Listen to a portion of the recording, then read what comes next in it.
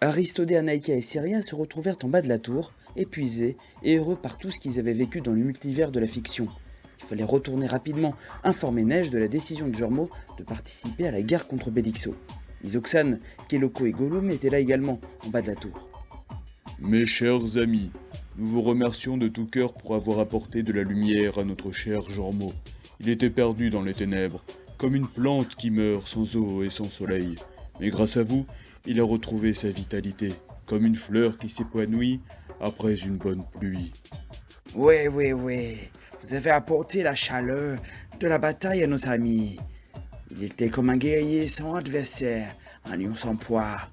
Mais grâce à vous, il a retrouvé le goût du sang et de la victoire. Mon précieux, vous avez fait du bon travail, les enfants.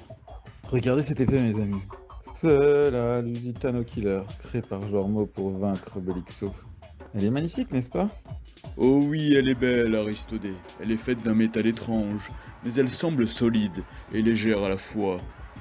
Elle a l'air meurtrière, c'est sûr. Mais je suis sûr que Bélixo va trembler en la voyant. Oui, nous allons les vaincre, mais je jure de protéger Anaïka. Elle est si importante pour moi.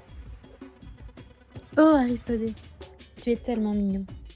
Mais nous devons retourner voir ma mère. Elle doit être inquiète de ne pas nous voir revenir. Aristodé et Anaïka arrivèrent dans la tente de Neige. Naisteb, Obélix et Kalou étaient également présents. La tente était spacieuse. Les murs étaient ornés de bannières et de fanions qui étaient le symbole de la résistance. Ce symbole représentait une silhouette humaine avec une flamme sur son ventre et un fond vert en arrière-plan, représentant la couleur verte du carbone 15 à l'état gazeux. Maman, je suis tellement contente de te voir. J'ai de grandes nouvelles à t'annoncer. Le multivers de la fiction est magnifique. Tu ne peux pas t'imaginer à quel point c'est incroyable. Et le plus important, c'est que papa a accepté de se battre. Il a même créé une armée capable de détruire Bélixo. Je suis heureuse que Jormo ait changé d'avis. C'est une grande percée pour notre cause. Mais cela ne suffit pas, il faudra également demander à Rosal de se joindre à nous. Aristodé, vu que tu possèdes une épée redoutable, pourrais-tu t'y rendre? Gilles le pêcheur pourra te prêter une de ses barques. Bien sûr, madame, je ferai tout selon vos ordres.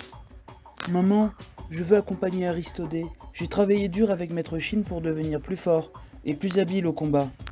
Kalou, tu es encore trop jeune. C'est trop dangereux. Mais maman, je suis capable de me défendre et je veux vraiment aider à sauver notre peuple. Je comprends que tu veuilles aider, mon fils. Je ne peux pas prendre le risque de te perdre. Je suis désolée, mais la réponse est non. Félicitations Aristodé, tu es devenu un véritable homme. Malheureusement, je ne peux pas t'accompagner pour retrouver Rosal. Mon devoir est de rester ici, pour entraîner les soldats. Et moi, je dois rester pour protéger Neige. Mais tu vas y arriver, Aristodé, avec cette épée surpuissante que Jormo t'a donnée. Je préfère rester avec ma mère et mon frère. Mais prends soin de toi, Aristodé. Victorino est trop occupé pour t'accompagner. Aristodé, tu as cette épée maintenant, tu es capable de te défendre. Tu n'as pas besoin de quelqu'un pour t'accompagner. Mais reviens vite, nous t'attendrons. Aristodé sortit de la tente de Neige. Il se dirigea vers la plage de l'île de Pesseguero pour retrouver Gilles le pêcheur, situé à quelques kilomètres. Il marchait d'un pas décidé, son épée Lusitano Killer à la main. Mais alors qu'il était sur le point de quitter le village, il fut intercepté par Silvio, qui était dans sa voiture de course. La voiture était rouge et noire, et elle semblait sortir tout droit d'un film de science-fiction. Hé, Aristodé, tu vois quelque part? Ouais, je vais à la plage de l'île du Pesseguero pour retrouver Gilles.